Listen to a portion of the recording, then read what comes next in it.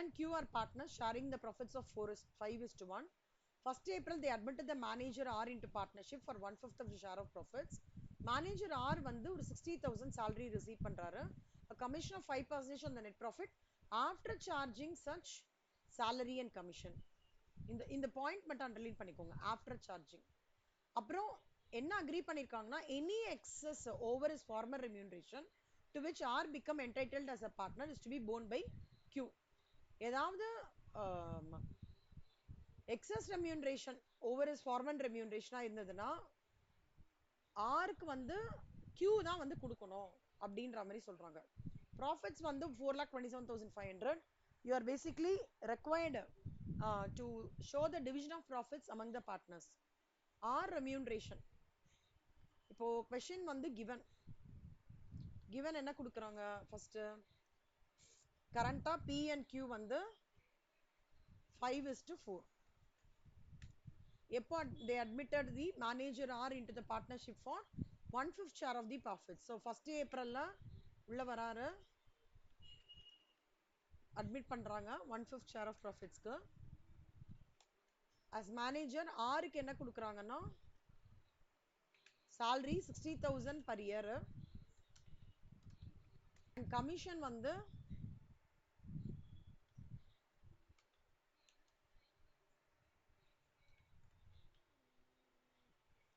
5% on the net profit after charging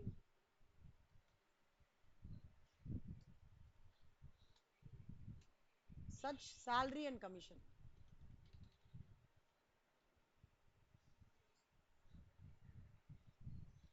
It is however agreed that any excess over his former remuneration Q has to bone it. The profits of the firm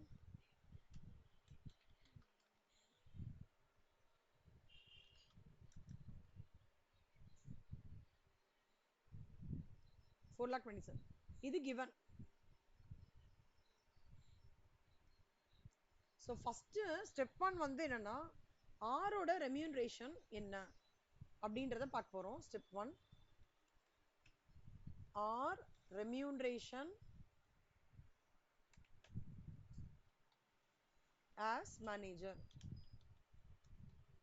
so R remuneration as manager என்னன்னா first salary வந்து ஒரு 60,000, commission வந்து so கையில வந்து நம்ம கையில let's take it like this, ஒரு குட்டி T account மாதிரி போடலாம்.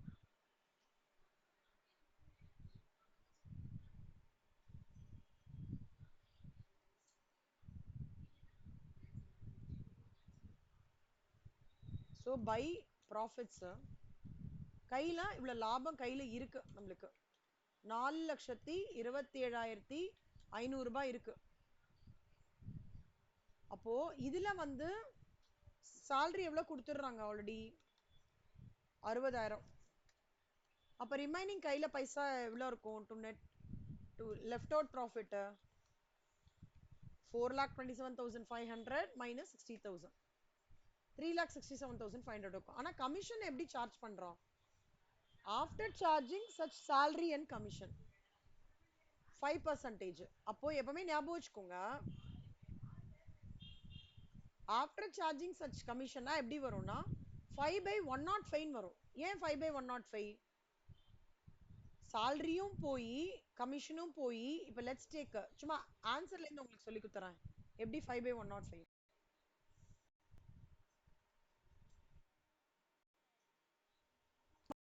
ஆஃப்டர் சார்ஜிங்னா 5/105. அது எப்படின்னா இப்போ 3,67,000 வச்சுக்கோங்க, அப்படியே இருக்கட்டும். இதை எடுத்துடுறேன். இப்போ லெட்ஸ் சே 2 கமிஷன் 17,500 போட்டு காமிக்கிறேன். இப்போ எவ்வளவு வருது பாருங்க, ரிமைனிங் இது this minus this minus this. அப்போ 3,50,000 ரூபாய் வந்து இஸ் மை சாலரியும் போய் கமிஷனும் போய் கையில இருக்கிற அமௌண்ட். பட் இங்க என்ன சொல்றாங்க, நெட் ப்ராஃபிட் நான் கமிஷனுக்கு அப்புறம் 5% சாலரியும் கமிஷனுக்கு அப்புறம் அந்த நெட் ப்ராஃபிட் அப்படின்னு சொல்றாங்க. அப்பனா என்ன பண்ணணும்னா கமிஷனுக்கு கண்டுபிடிக்கும் போது இங்க ரிமைனிங் அமௌண்ட் வருது இல்லையா, to left out profit, அதுல See, 3,67,000 commission will be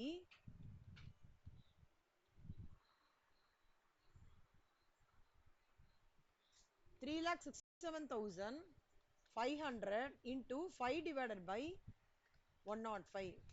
அப்போ எவ்வளோ கிடைக்கும்? 3,67,500 into 5 divided by 105 எவ்வளோ கிடைக்கும்? 17,500. இதுதான் வந்து இந்த ஆஃப்டர் சார்ஜிங் salary and commissionோட அப்ரோச். 17,500. இப்போ 17,500 போட்டோம்னா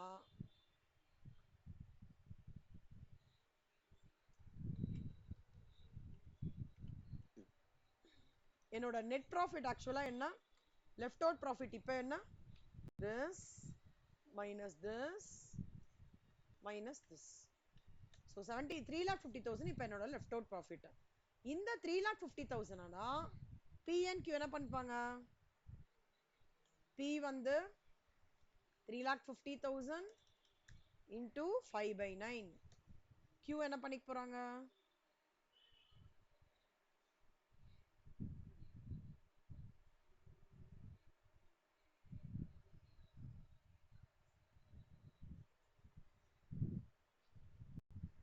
Three lakh 67,000.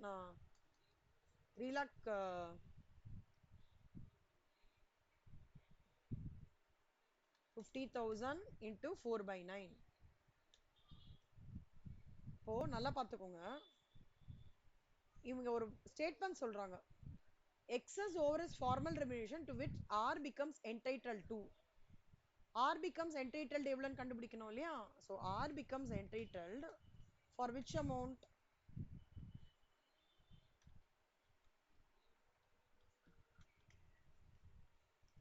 4,27,500ல 5 1/5 85,500 ஆறுக்கு வந்து கொடுக்க வேண்டிய amount.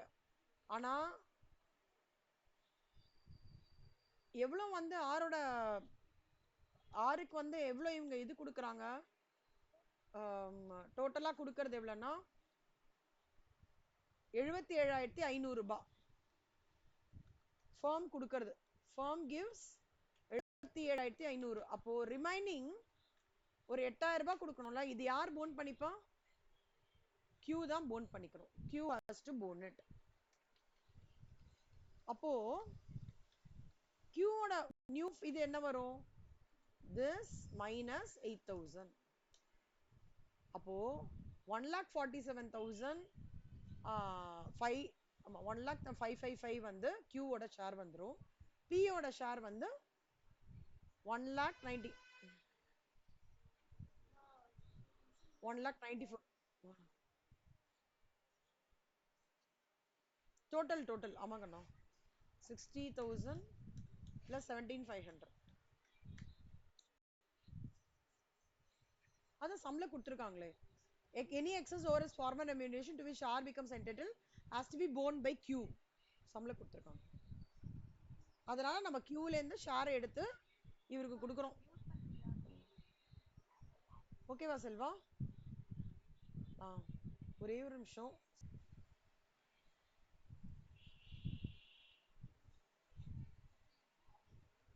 So thanks, sorry wait பண்ண வச்சுட்டேன். ஸோ Qக்கு வந்து 8,000 பூம் பண்ணோம், அதனால அவரோட ஷேர்லேருந்து 8,000 வந்து ஆருக்கு கொடுத்துட்றாரு. இப்போ பியோட ஷேர் 1,94,444, Qவோட ஷேர் 1,47,556, ஆருக்கு வந்து ஆஸ் யூஷுவல் 85,500 அவருக்கு கரெக்டாக கிடச்சிரும். பிஎன்எல் அப்ராப்ரியேஷன் போடும்போது ஸ்டெப் 1, ஸ்டெப் 2,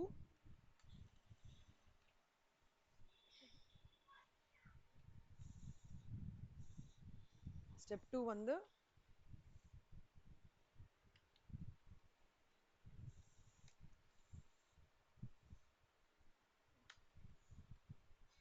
ஸ்டெப் 3 வந்து P&L appropriation, profit and loss appropriation account.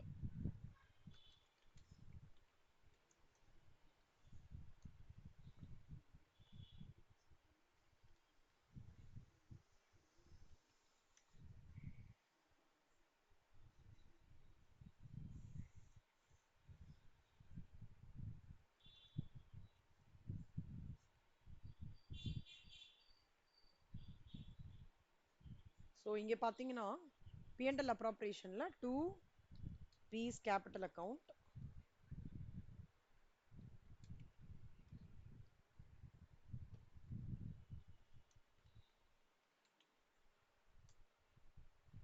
$1,94,000 Q's capital, 1,47,555, அப்புறம் R's capital account 85,800. So by profit for the year 4,27,500.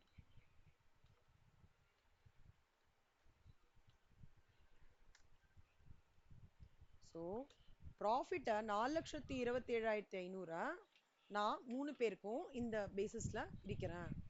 அதான் வந்து இது வந்து ஒரு MCQ கொஸ்டின், ஞாபகம் வச்சுக்கோங்க. This is how division of profits among the partners happen. ஒரே ஒரு வாட்டி வந்திருக்கு, MCQல வந்திருக்கு, போன சிலபஸ்ல வந்திருக்கு. ஓகேவா? இது டைப் 3 ப்ராப்ளம், ஞாபகம் வச்சுக்கோங்க. Step 1, step 2 and step 3. ஓகேவா? அக்ஷயா புரியுறதாடா? செல்வா உங்களுக்கு யாரெல்லாம் ஜாயின் பண்ணியிருக்காங்க? அஸ்வினி, ஸ்ரேயா, விஜயலக்ஷ்மி, அஷிதா, செல்வா, ஆயிஷா. ஓகேடா, சூப்பர். சொல்லுங்க.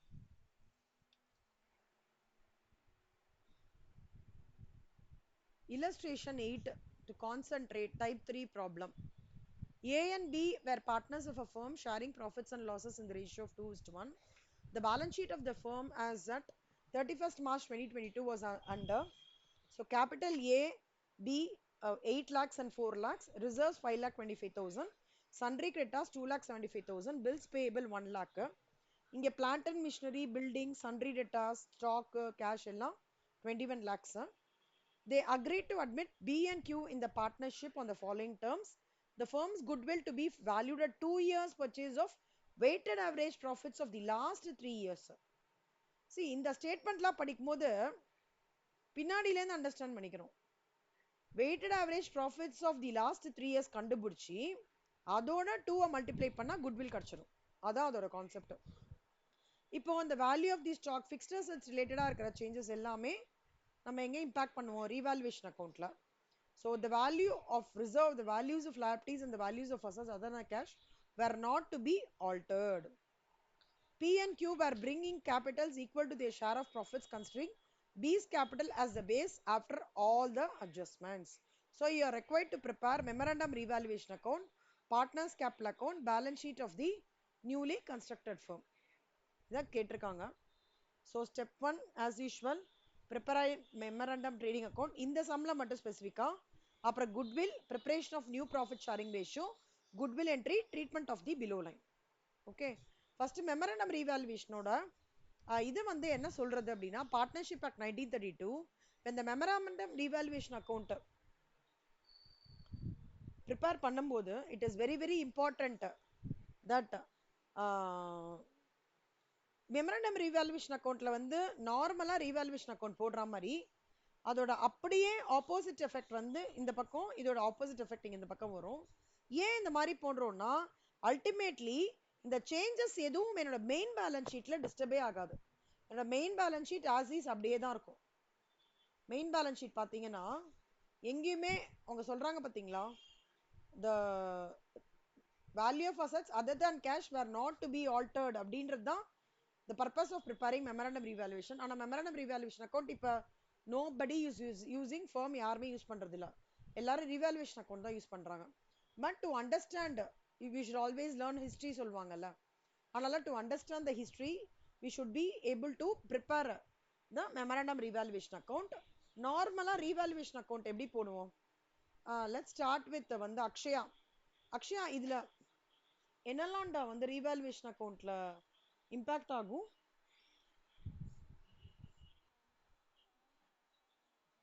வெரி குட்ரா. இப்போ வந்து பில்டிங், அன்ரெக்கார்டட் லைபிலிட்டி, மூணுமே வரும் இல்லையா? கரெக்டா? Stock, plant and missionary, building, நாலுமே வரும். இப்போ ஸ்டார்ட் பண்ணலாமா? இப்போ நீங்க சொல்லுங்க செல்லம்.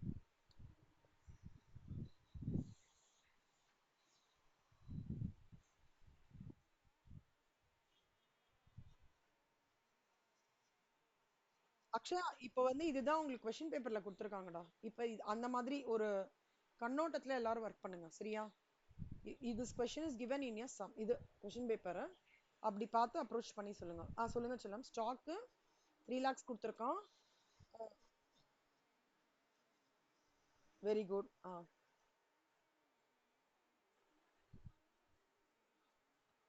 சூப்பர்.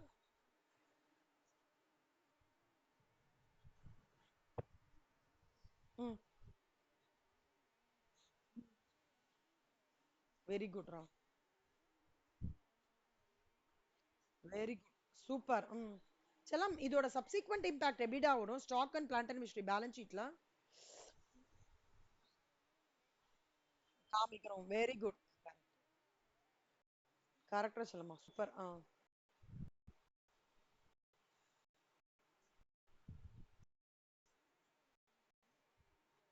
கரெக்ட். ஓகேவா 10,000 போட்டுரும். ஸோ ஆக்சுவலாக பேலன்ஸ் ஷீட் போனோம்னா அதுவும் வந்து டயபிட்டி சைடில் வரும். இந்த பில்டிங்ல வந்து நான் அசெட்ல காமிக்க போற அமௌண்ட் வந்து I will show only this 10,11,000 because it is என்ன ஆயிடுத்து அப்ரிஷியேட் ஆயிருக்கு. கரெக்டா? குட். இப்போ இதெல்லாம் நீங்க என்ட்ரி பண்ணி ப்ராஃபிட்ஸ் கிடைக்கும். ஸோ ப்ராஃபிட்ஸை வந்து ஆஸ் யூஷுவல் ஓல்ட் ரேஷியோல ஷேர் பண்ணுவீங்க. மெமரண்டம் ரிவல்யூஷன் அக்கௌண்ட்ல என்ன சொல்றாங்கன்னா like the method what it says is partnershipனா இதோட அப்படியே ஆப்போசிட் எஃபெக்டை வந்து இங்க கொடுத்துட்டு இது எக்ஸிஸ்டிங் ஷேர்ஸ்ல எக்ஸிஸ்டிங் ப்ராஃபிட் எக்ஸிஸ்டிங் பார்ட்னர்ஸ் தான் பிரிப்போம். ஆனா மெமரண்டம் ரிவல்யூஷன் இன்னொரு ஸ்டெப் இருக்கு இல்லையா, ஆப்போசிட் எஃபெக்ட் கொடுக்கறத எல்லாருமே இந்த லாஸை வந்து ஷேர் பண்ணிக்கிற மாதிரி பண்ணுவோம். 21 இங்கேயும் 21,000 இங்கேயும் 21,000 தான் வரும். இது வந்து this will be 2:1. இது will be 3:2:1:1ல பிரிப்போம். இந்த இந்த இந்த ஸ்டெப் புரியுதா? இந்த ஸ்டெப்பை தவிர வேற எதுவும் பெருசா சேஞ்ச் இல்லை இந்த சம்ல. இந்த ஸ்டெப்ல என்ன ஏதாவது டவுட் இருக்கா சொல்லுங்க யாருக்காவது. குட். சூப்பரா சொன்னீங்க அக்ஷயா. வெரி குட்ரா. அடுத்தது அஸ்வினி நீங்க வாங்க கண்ணா. இப்போ குட்வில் வந்து வேல்யூவேஷன் பண்ணும். குட்வில் வேல்யூவேஷன் என்ன பண்ணுவோம் Ashwini?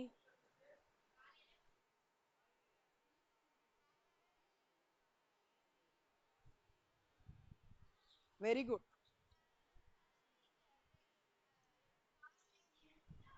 Divided by 6. Divided by 6 பண்ணிட்டு 42,000 வரும். ஸோ இயர்ஸ் போட்டுக்கோங்க. Profits 37,000.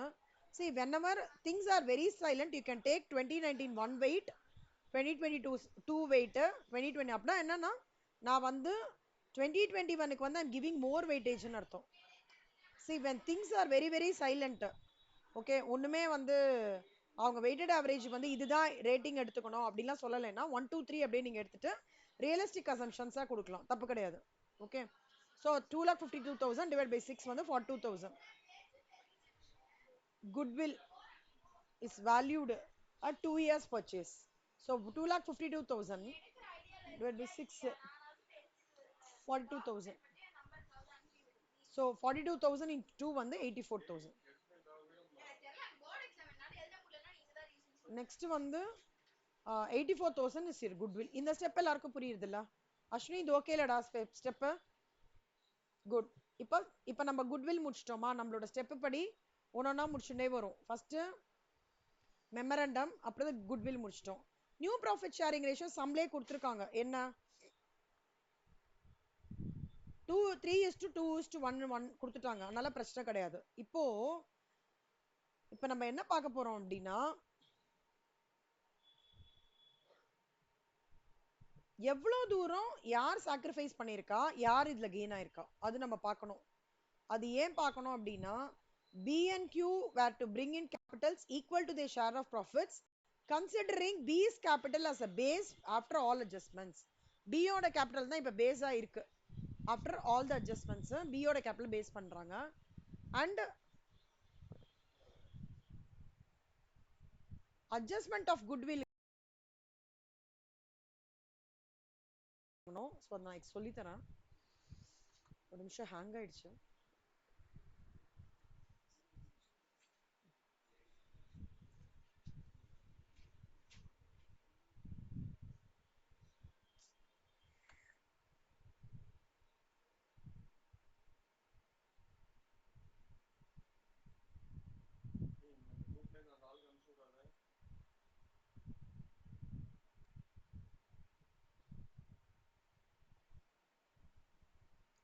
So AB BQ 2/3 new share இது. So sacrificing ratio formula என்னடா ஆயிஷா?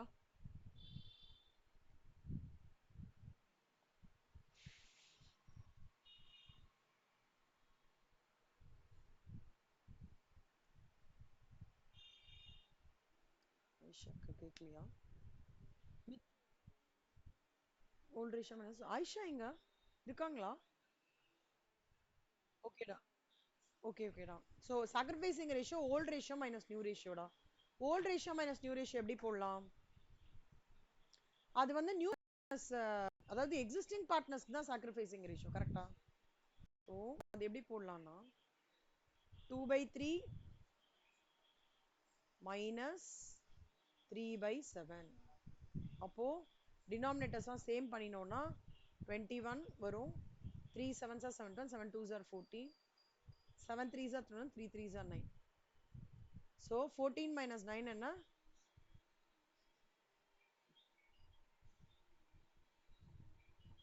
5/21. 5/21. ஓகேவா? அதே மாதிரி 1/3 minus 3/7 என்ன? 21. 7 minus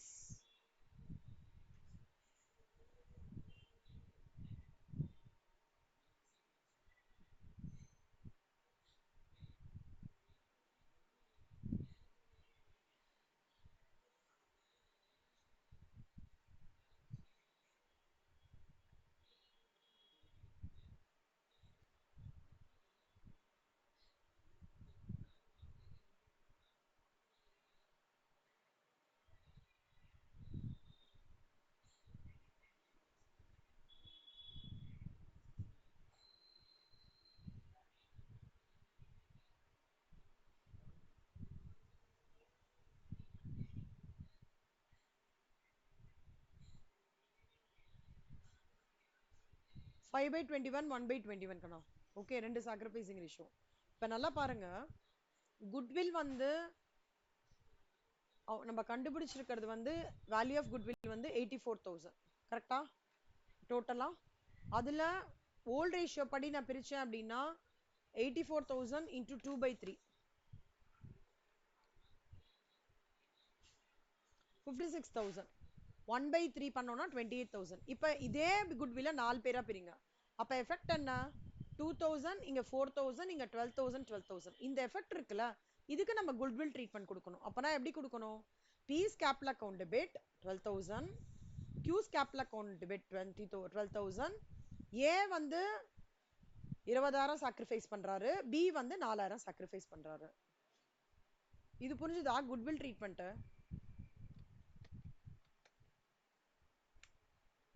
யாருக்காவது டவுட் இருக்கா?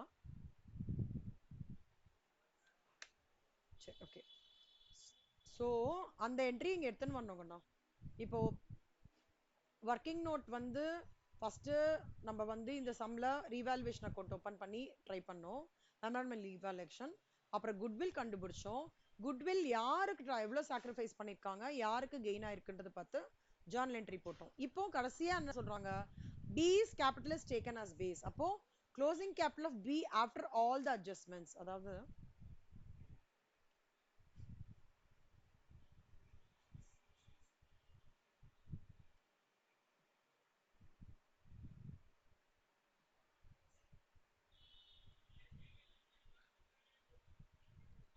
இப்போ ஒன்னொன்னா பார்க்கலாம் கேபிட்டல் அக்கௌண்ட்டுக்கு. ஸோ கேபிட்டல் அக்கௌண்ட்டை பொறுத்த வரைக்கும்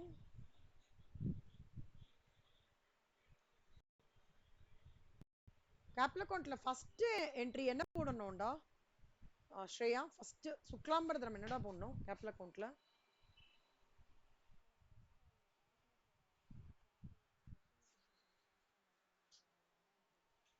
very good, very good.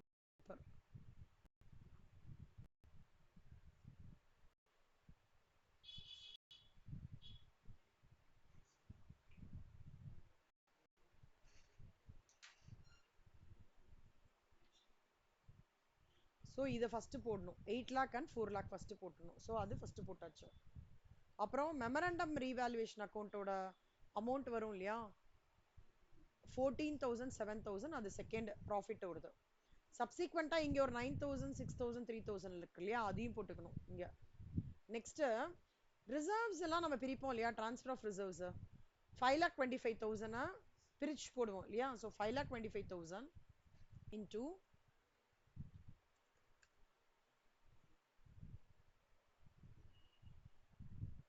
2/3. So என்னது அமௌண்ட் 3,50,000. அதே மாதிரி 5,25,000 into 1/3 1,75,000. இது முடிஞ்சிடுச்சா, பிரிச்சு போட்டோமா. அடுத்தது சன்ட்ரி கிரெடிட்டார்ஸ் அதெல்லாம் வந்து அங்க வரும். வேற என்ன பிரிச்சு போடணும் நம்ம, வேற எதுவும் கிடையாது. அடுத்தது இந்த capital 20,000 4,000 P and O capital account இருக்குல்ல, 20,000 4,000 இங்க வந்து 12,000 12,000. இது குட்வில்லோட இம்பாக்ட் இந்த பார்ட்.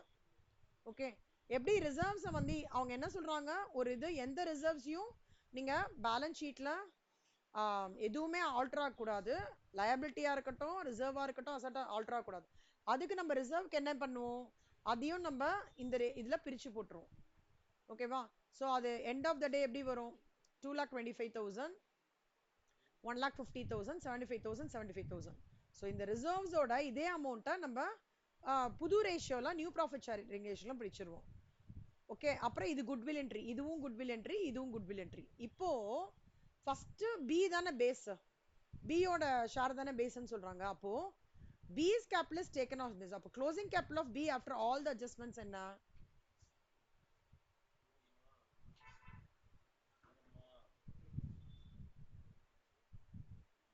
4,30,000 வரும். ஃபர்ஸ்ட் எடுத்தோம்னா 4,30,000 வரும். இப்போ அந்த 4,30,000ல அவங்க என்ன சொல்றாங்கன்னா the P&Q வந்து அந்த equal to the share profits considering B's capital base வச்சு பண்ணணும் அப்படின்றாங்க. அப்ப இதுக்கு எப்படி ஒர்க்கிங் அவுட் பண்ணணும் அப்படின்னா, ஃபர்ஸ்ட் என்னோட total capital of the firm வந்து என்னன்னு கண்டுபிடிக்கணும். So total capital of the firm will be 4,30,000. இவரோட இது என்ன 2/5. அப்போ அப்படியே உல்டா பண்ணோம்னா ரெண்டு போர்ஷனுக்கு 4,30,000 7 போர்ஷனுக்கு எவ்வளோ 15,05,000 வரும். அப்ப நல்லா பார்த்துக்கோங்க, பியோடது 4,05,000 அப்படியே இருக்கும். இந்த 15 lakhs இருக்கு பாத்தீங்களா இந்த அமௌண்ட், இது அப்படியே இந்த 4,30,000 வந்து அப்படியே இங்க பிக்கும் கியூக்கும் கொடுத்துட்டோம்னா டோட்டலா நம்மளுக்கு எவ்வளோ 8,60,000. அப்போ ஃபர்ஸ்ட் ப்ரையாரிட்டி இவங்க ரெண்டு பேருக்கும், செகண்ட் ப்ரையாரிட்டி வந்து பிக்கு, ஏக்கு வந்து third priority. P and Q were bring in capitals equal to the share of profits. ஈக்குவல்னா என்ன, பிரிச்சு கொடுக்கறது, ஈக்குவலா இருக்கிறது. அப்போ 4,30,000 பாதி 2,15,000, இதுல பாதி 2,10,000. அப்போ இவருக்கு மூணுத்துக்கும் சேர்த்து 8,50,000 ஆயிடுது. அதுதான் இங்க நீங்க பாக்குற அமௌண்ட். ஸோ 2,15,000 2,15,000. ஸோ இந்த மூணு அமௌண்ட்டும் தான் கேபிட்டல் அக்கௌண்ட்ல இங்க காமிச்சிருக்காங்க. ஏன் ஆஸ் யூஷுவல் நீங்க வந்து 9,50,000 உங்களுக்கு கரெக்டா வந்துடும். ஸோ இங்க வந்து இதை டோட்டல் பண்ணீங்கன்னா அப்படி இது வந்தீங்கன்னா கரெக்டா 9,50,000 இது கரெக்டா வரும். பி கியூ இந்த மூணு இந்த ரெண்டுத்தோட வேல்யூ கண்டுபிடிக்கிறதுக்கு தான் இந்த ஒர்க்கிங் பண்றோம். எல்லாருக்கும் புரியுதா, இந்த இந்த ஸ்டேட்மெண்ட்டுக்கு தான் நான் இந்த ஒர்க்கிங் பண்றோம். equal to their share of profits considering B's capital as the base for all the adjustments. Ayesha புரியுதா ஆயிஷா, அக்ஷயா அஸ்வினி மித்ரா இல்ல ஸ்ரேயா செல்வா போட்டு பார்க்கணும், ஆனா போட்டு பார்க்கணும் கண்ணா. இது நான் சொல்லி தரும் போது புரியுற மாதிரி இருக்கும், நீங்க ஒர்க் அவுட் பண்ணி. ஆமா இது போட்டு பார்க்கணும் செல்லம், ஒரு 2 மணி நேரம் ஆகும். நீங்க ஃபர்ஸ்ட் டைம் போட்டீங்கன்னா 2 hours it will take. ஆனா இதே இன்னொரு வாட்டி போட்டீங்கன்னா 1 மணி நேரம் ஆகும். ஆனா இது போட்டு பாருங்க, போட்டு பார்த்துட்டு சொல்லுங்க, ஏதாவது டவுட் இருந்தா சொல்லுங்க. பொறுமையா ரீகலெக்ட் பண்ணுங்க ஒரு ஒரு ஸ்டெப்பா. ஃபர்ஸ்ட் ரீவாலுவேஷன் பண்றோம், அப்புறம் அதோட இம்பாக்ட் கொடுக்குறோம், அப்புறம் ரிசர்வ்ஸை ட்ரான்ஸ்ஃபர் பண்றோம், அப்புறம் கேபிட்டல் அக்கௌண்ட் ரெடி பண்றோம், அப்புறம் குட்வில் ட்ரீட்மெண்ட் குட்வில் கால்குலேஷன் பண்ணி அதுக்கு ஜேர்னல் என்ட்ரி, அப்புறம் பி வந்துட்டு கான்ஸ்டன்டா இருக்கு கேபிட்டல் பேஸ், அதை பண்ணிட்டு அது பேஸ் பண்ணி பி கியூவோட ஷேரை கண்டுபிடிக்கிறோம், அப்புறம் கேபிட்டல் அக்கௌண்ட்டை டேலி பண்றோம். இந்த கேபிட்டல் அக்கௌண்ட் பேலன்ஸ் ஃபிகர் எடுத்துட்டு வரோம்.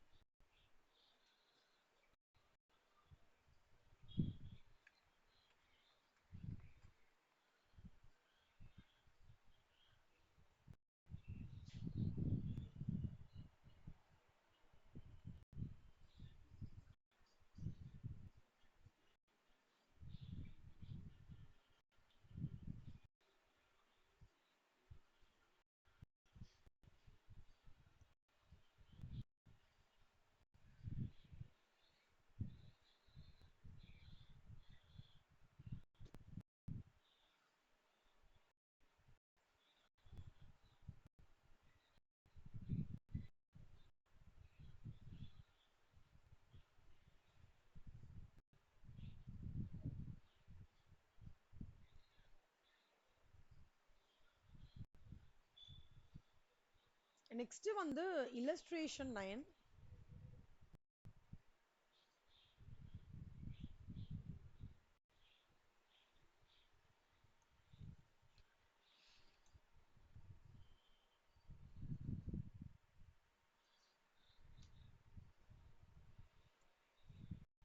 So the balance sheet of Amit, Bhushan, Charan, who share profits and losses 3:2:1.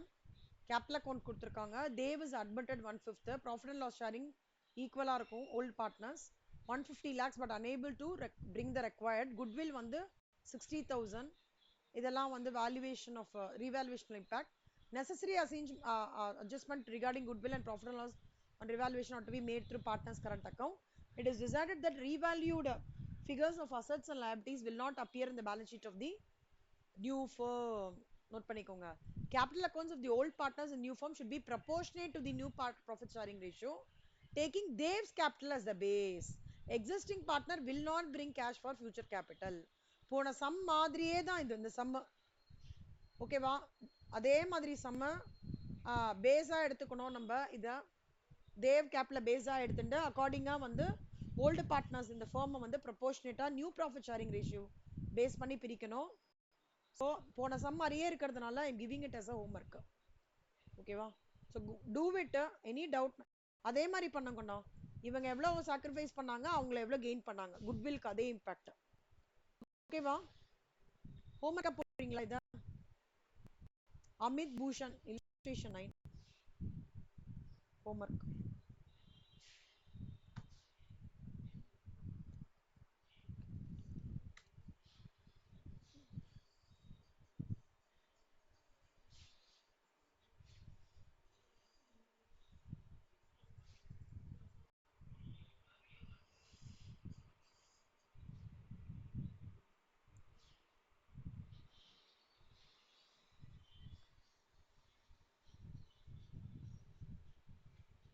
இப்போ ரிட்டையர்மெண்ட் பார்க்க போறோம். ரிட்டையர்மெண்ட்ல என்ன சேஞ்சுனா அங்க சாக்ரிஃபைசிங் ரேஷியோ, இங்க கெய்னிங் ரேஷியோ. மற்றபடி எல்லா ப்ரொசீஜரும் ஒண்ணுதான், எதுவுமே மாற்றம் கிடையாது. ஒரே ஒரு விஷயம் என்னன்னா ரிட்டையரிங் பார்ட்னர்ல வந்து செட்டில்மெண்ட் ஸ்டேஜ் நடக்கிறது இல்லையா, அப்போ கேபிட்டல் அக்கௌண்ட்ல நான் வந்து ஃபர்ம் சொல்றது பா லோன் பேங்க் பைசாவே இல்லப்பா, நான் இன்னொரு நாளைக்கு வந்து செட்டில் பண்றேன் அப்படின்னா அவனோட அமௌண்ட் என்ன செட்டில் பண்ணுமோ அதை பேங்க் லோன் வந்து நம்ம போட்டு க்ளோஸ் பண்ணுவோம்.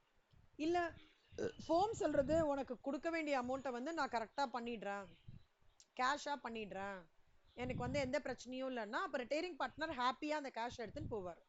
ஓகே, ஒண்ணு அவரோட இது வந்து பேலன்ஸ் கேரி டவுன் பேங்க் லோனும் செட்டில் ஆகும், இல்லைன்னா கேஷும் செட்டில் ஆகும். இவ்வளவுதான். இதை தவிர அட்மிஷனுக்கும் ரிட்டையர்மெண்ட்டுக்கும் எந்த விதமான சேஞ்சஸ் எதுவுமே சரியா?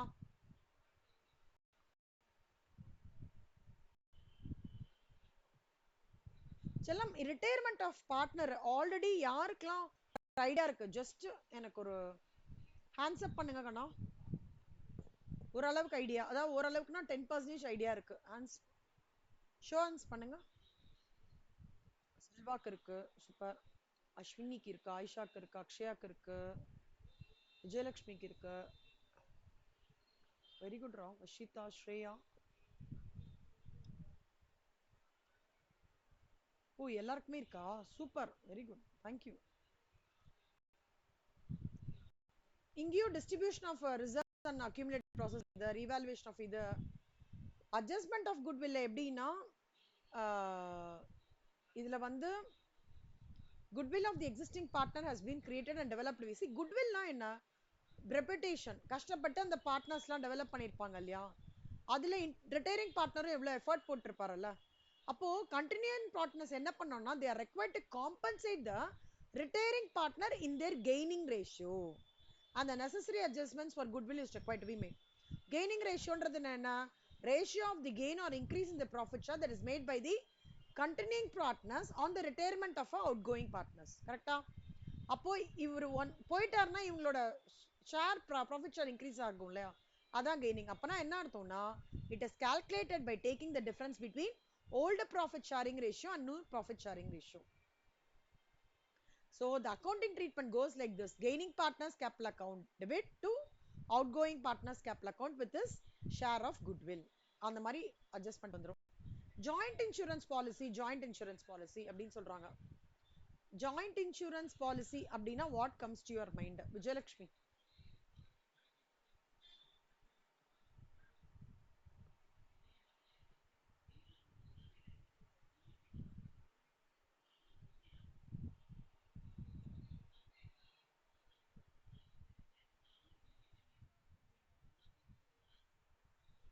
இல்லையாடா?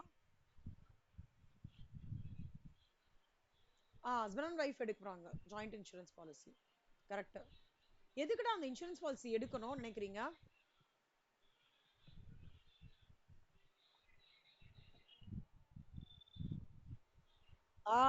கரெக்ட். இப்போ நம்ம ஃபார்மோட அன்சர்டனிட்டின்றது எப்போ வரும் தெரியாதுல்ல. இப்போ இதுல எங்கடா நடந்தது எர்த்குவேக்?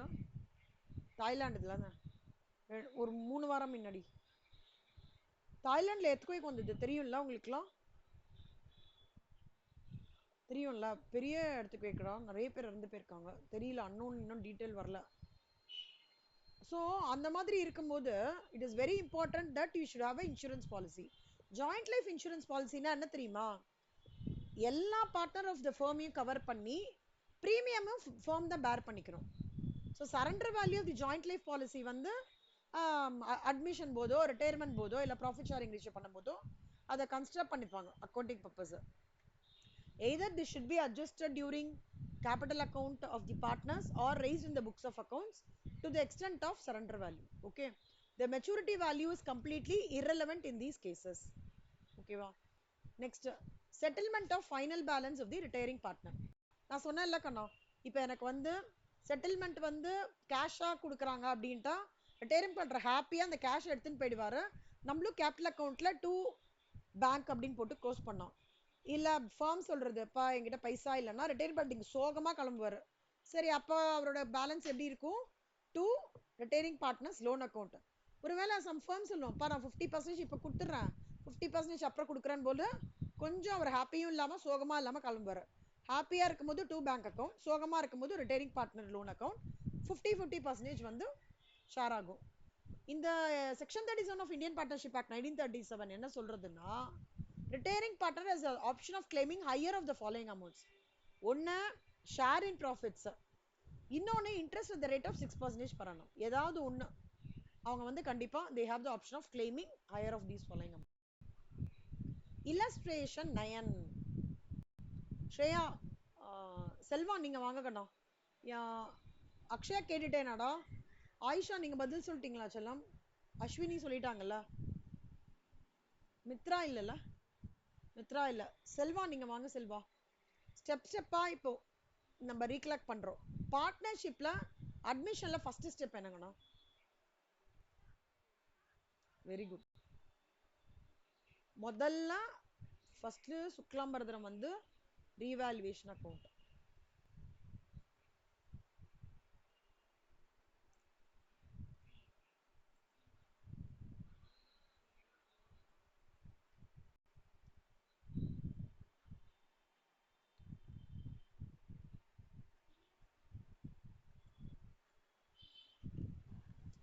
நான் இது ஆக்சுவலா வந்து ஹோம்ஒர்க்கா கொடுத்துருந்தேன் போன வாட்டி.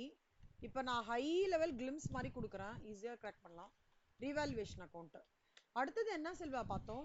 அடுத்த ஸ்டெப் அட்மிஷன்ல. Very good. கேபிட்டல் அக்கௌண்ட்ல என்னெல்லாம் பண்ணுவோம் செல்வா? இல்ல இப்படி கேட்க, ரீவாலுவேஷன்ல என்னெல்லாம் பண்ணுவோம் நம்ம?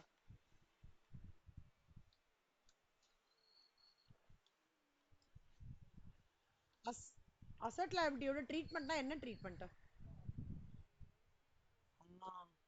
சூப்பர். ஸோ ரிசல்ட்டிங் நம்மளுக்கு என்ன வரும்? ஒன்று ரீவாலுவேஷன் ப்ராஃபிட் வருவான், இல்லைன்னா லாஸ் வருவான். இது நம்ம எங்க மூவ் பண்ணோம்? கேபிட்டல் அக்கௌண்ட்டுக்கு மூவ் பண்ணோம். செல்லமா நல்லா ஞாபகம் வச்சுக்கோங்க, 14 மார்க்ல ஒருவேளை பார்ட்னர்ஷிப் வந்ததுன்னா ரீவாலுவேஷன் ப்ராஃபிட் கண்டுபிடிக்கிறதுக்கு மட்டுமே 4 மார்க், கேபிட்டல் அக்கௌண்ட்டுக்கு 5 மார்க், சரியா? பேலன்ஸ் ஷீட்டுக்கு வந்து 3 மார்க் தான், ஒர்க்கிங்க்கு தான் ரிமைனிங் மார்க், சரியா? அதனால பிரிச்சு பிரிச்சு உங்களுக்கு ஸ்டெப் மார்க் உண்டு. ஓகேவாடா?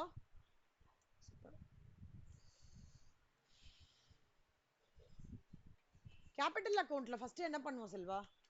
First open. சூப்பர். அடுத்தது என்ன பண்ணுவோம்? Reserves transfer. Super. Very good.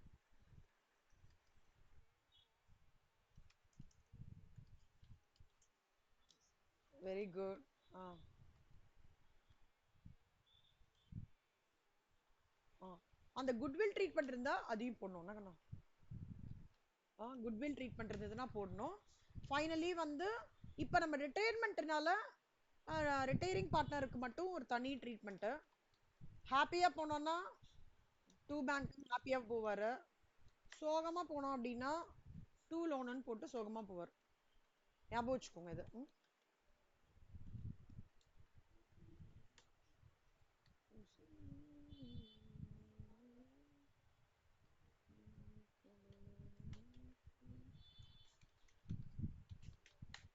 Cash settlement, இது லோன். பேலன்ஸ் ஷீட்ல ஆஸ் யூஷுவல் இல்லையா? பேலன்ஸ் ஷீட்ல என்னெல்லாம் பண்ணுவோம் Selva?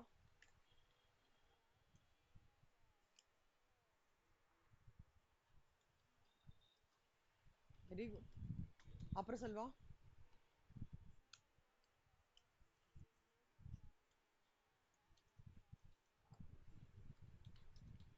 Very good Selva, super.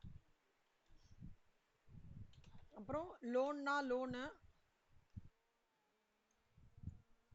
எப்படியோ இல்லைன்னா கேஷ்னா added to bank if it is cash settlement. இவ்வளோதான். இதுதானே அட்மிஷன்ல பண்ணுவோம். சாரி, இதுதான் ரிட்டையர்மெண்ட்ல பண்ணுவோம். கரெக்டா? சூப்பர். இப்போ just take 2 minutes of all your time and go through illustration 9ஓட ஒர்க்கிங் பாருங்களேன் செல்லம். இதை தாண்டி வேற ஏதாவது டிஃப்ரெண்டா இருக்கா? ஏதாவது புரியலையா? கொஞ்சம் 2 minutes பாருங்க. 8:52 வரைக்கும் டைம் கொடுக்குறேன். Good Selva, very good. Good consolidation.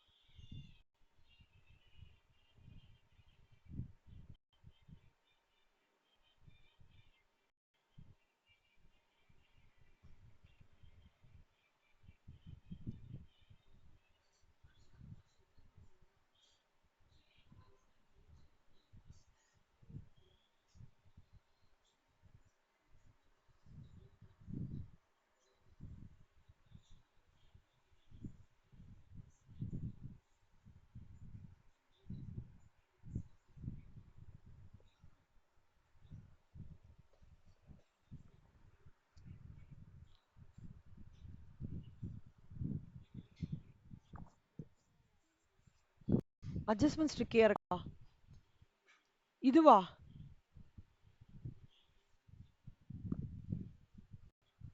இல்ல இல்ல, நான் உங்களுக்கு இல்லஸ்ட்ரேஷன் 9 தான் சொன்னேன். நான் பார்க்கறேன் இல்லஸ்ட்ரேஷன் 10. நீங்க இல்லஸ்ட்ரேஷன் 9 பாருங்க செல்லம். ஓ, புக்கு இல்லையா செல்வா? யாருக்கெல்லாம் புக் இல்ல? இருங்க ஒரு நிமிஷம். பண்ணா இல்ல இல்ல, நான் இல்லஸ்ட்ரேஷன் 10 அடுத்தது உங்களுக்கு சொல்ல, அதுக்காக அதை பார்த்துட்டு இருந்தேன்.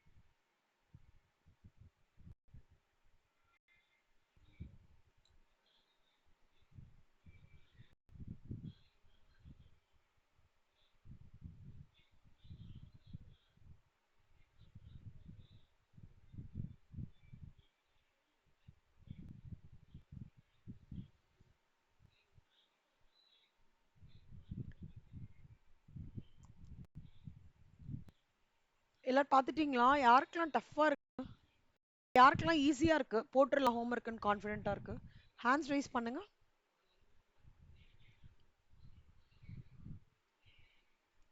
Ashwini okay super. Ayesha super. Shreya super. Akshaya through super. Vashitha super.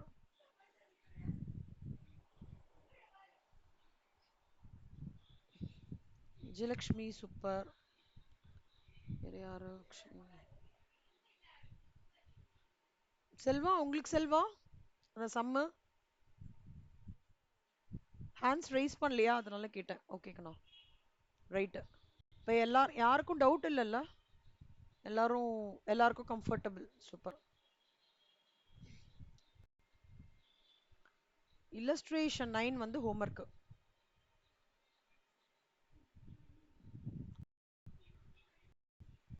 Illustration 10 படிக்கிறேன். ABC were in partnership sharing profits in the proportion of 5:4:3. The balance sheet of a firm as on 31st March வந்து was under. Capital, sundry creditors, assets லாம் கொடுத்திருக்காங்க. A had been suffering from ill health, can gave notice that he wished to retire. An agreement was therefore entered into as on 31st March, the terms of which were follows. A வந்து ABC இருக்காங்க. A வந்து he wants to retire because of his health factors. Agreement வந்து 31st March வந்து terms என்ன சொல்றதுன்னா the profit and loss for the year ended வந்து 48,000 was to be reopened. அப்படின்னா என்ன? ப்ராஃபிட் அண்ட் லாஸை ரீஓப்பன் பண்ணானா ப்ராஃபிட் அண்ட் லாஸ் அக்கௌண்ட்னு சொல்லி ரீஓப்பன் பண்ணக்கூடாது. ரெக்டிஃபிகேஷன் ஆஃப் எரர்ஸ்ல படிச்சோம் ஞாபகம் இருக்கா? ப்ராஃபிட் அண்ட் லாஸ் அட்ஜஸ்ட்மெண்ட் அக்கௌண்ட்னு ஓப்பன் பண்ணோம். திருப்பி ஓப்பன் பண்ணி B was to be credited with 4,000 as bonus in consideration of the extra work. அப்பனா என்ன அர்த்தம்? 48,000ல 4,000 போச்சு. கரெக்டா? ஓப்பன் பண்ணும்போது right. The profit sharing ratio was to be revised from April 1st 2021ல என்ன ரிவைஸ் பண்ணிருக்காங்க? 3:4:4 பண்ணிருக்காங்க. As from 1st April 2021 was to be revised as from 1st April 3:4:4 revise பண்ண சொல்றாங்க. Goodwill வந்து 2 years purchase of average profits of preceding 5 years. So preceding 5 years ஓட the data goodwill valued 2 years purchase of average profits of the preceding 5 years.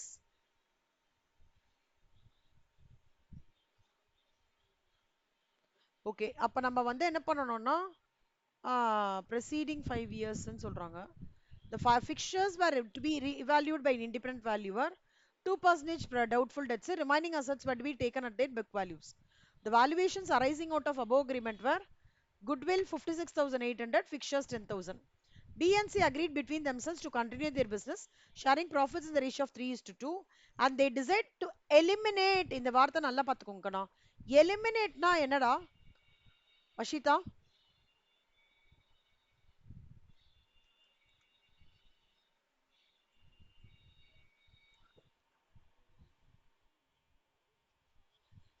கூடாது என்ன? Correct. ஃபிக்சர்ஸையும் revised வேல்யூல காமிக்கணும். And to increase the provision இன்னும் 6%. ஓகேவா? அதுதான் வந்து இப்போ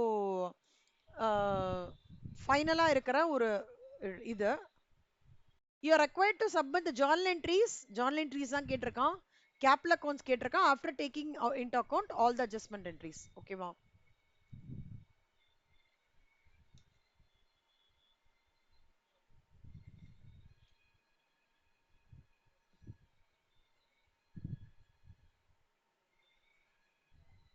okay first ஒன்னொன்னா சொல்றேன்.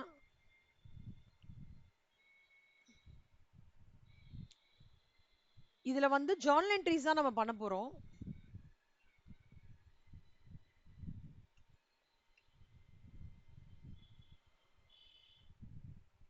ரிட்டையர்மெண்ட் ஏ பிஎன்சி ரிட்டைன் ஆறாங்க. Net profit 48,000, bonus 4,000. So new profit sharing ratio வந்து 3:4:4. குட்வில் வந்து average profits of preceding 5 years. Valuation of goodwill வந்து 2 years purchase into average profits. Revaluation of fixtures வந்து 8,200லேருந்து 10,980 increase ஆயிருக்காங்க. அப்பனா அப்ரிசியேஷன் வேல்யூ எவ்வளோ? 2,780. Revaluation of goodwill வந்து provision என்ன சொல்றோம் 2% on doubtful debts. Remaining assets வந்து புக் வேல்யூ இருக்கலாம்னு சொல்றாங்க. நியூ ப்ராஃபிட் ஷேரிங் ரேஷியோ கரண்டா எவ்வளோ 3:2 இதுவாகிறது. ஃபிக்ஸர்ஸ் வந்து ரிவைஸ்டு வேல்யூவா பண்ணுங்க, பிடிடிஎஃப் 6% இன்க்ரீஸ் பண்ணுங்க அப்படின்னு சொல்றாங்க. இது கொடுத்துருக்காங்க data.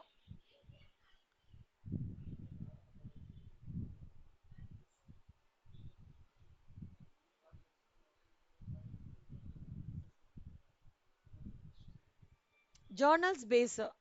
So profit and loss adjustment account. இப்போ எப்படின்னா இப்போ நல்லா பார்த்துக்கோங்க கண்ணா, போனஸ் கொடுக்குறாங்கல்ல. இப்போ கரண்ட்டாக ஒரு ப்ராஃபிட் கையில் வச்சுருக்காங்க. ஓகே, எவ்வளோ வச்சுருக்காங்க? 48,000 ரூபாய் வச்சுருக்காங்க. 48,000 ரூபாயை 5:4:3 ரேஷியோவில் பிரிக்கிறாங்க. ஸோ 48,000. அதில் 4,000 போச்சுன்னா ரிமைனிங் எவ்வளோ? 44,000. ஆனால் அவங்க என்ன சொல்கிறாங்க, the profit sharing ratio was to be revised from April 2021 is 3:4:4.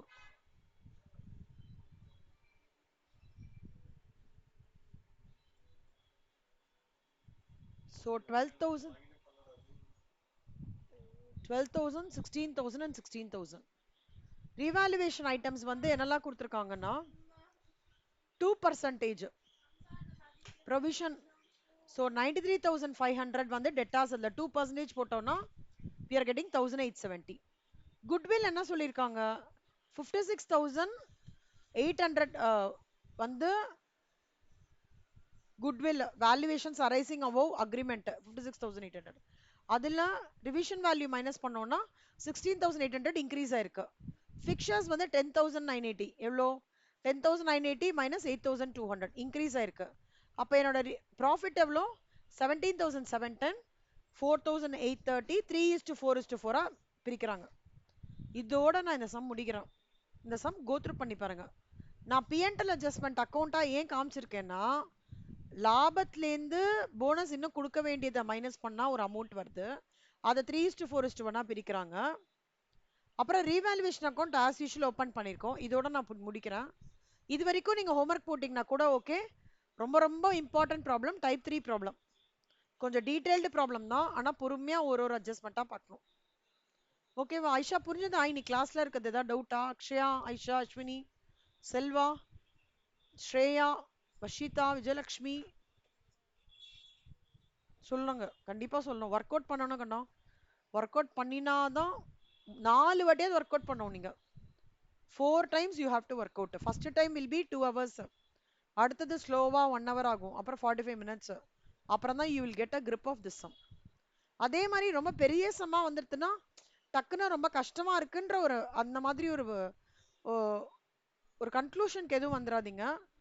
எவ்வளோக்கு எவ்வளோ பண்ண சம் பெருசா இருக்கோ அவ்வளோக்கு எவ்வளோ நீங்க ஒர்க் அவுட் பண்றதுக்கு ஈஸி. எவ்வளோக்கு எவ்வளோ சம் சுருக்கி கொடுக்குறாங்களோ ப்ரொஃபஷனல் எக்ஸாம்ல அவ்வளோக்கு எவ்வளோ we have to search for lot of data or we have to calculate lot of data from our end. Okay, so பெரிய சம் வந்ததுன்னா ஹாப்பியா இருங்க. அட்ஜஸ்ட்மெண்ட்ஸ் நிறைய கொடுத்தா ஹாப்பியா இருங்க. சரியா? கார்லேட் பண்ணுங்க, எந்த ஸ்டெப்புக்கு அப்புறம் எது வரும், எந்த என்ட்ரி எங்க வந்து இம்பாக்ட் ஆகும். இந்த கனெக்டிங் டாட்ஸ் மாதிரி டக்குன்னு ஒரு சம் படிக்கும் போதே கடன் மைண்ட் ஓகே இது இங்கே போகணும் இங்கே போகணும் இங்கே போகணுன்ட்டு மைண்ட் அப்படி வரணும்னா ப்ராக்டிஸால மட்டும்தான் முடியும்.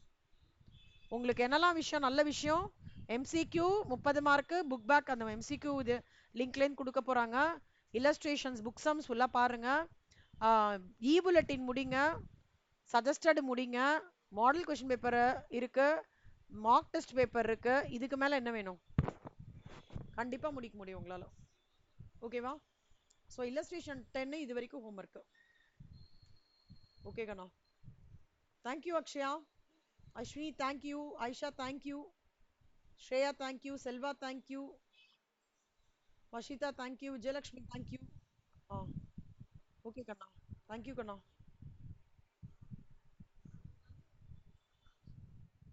தேங்க்யூ.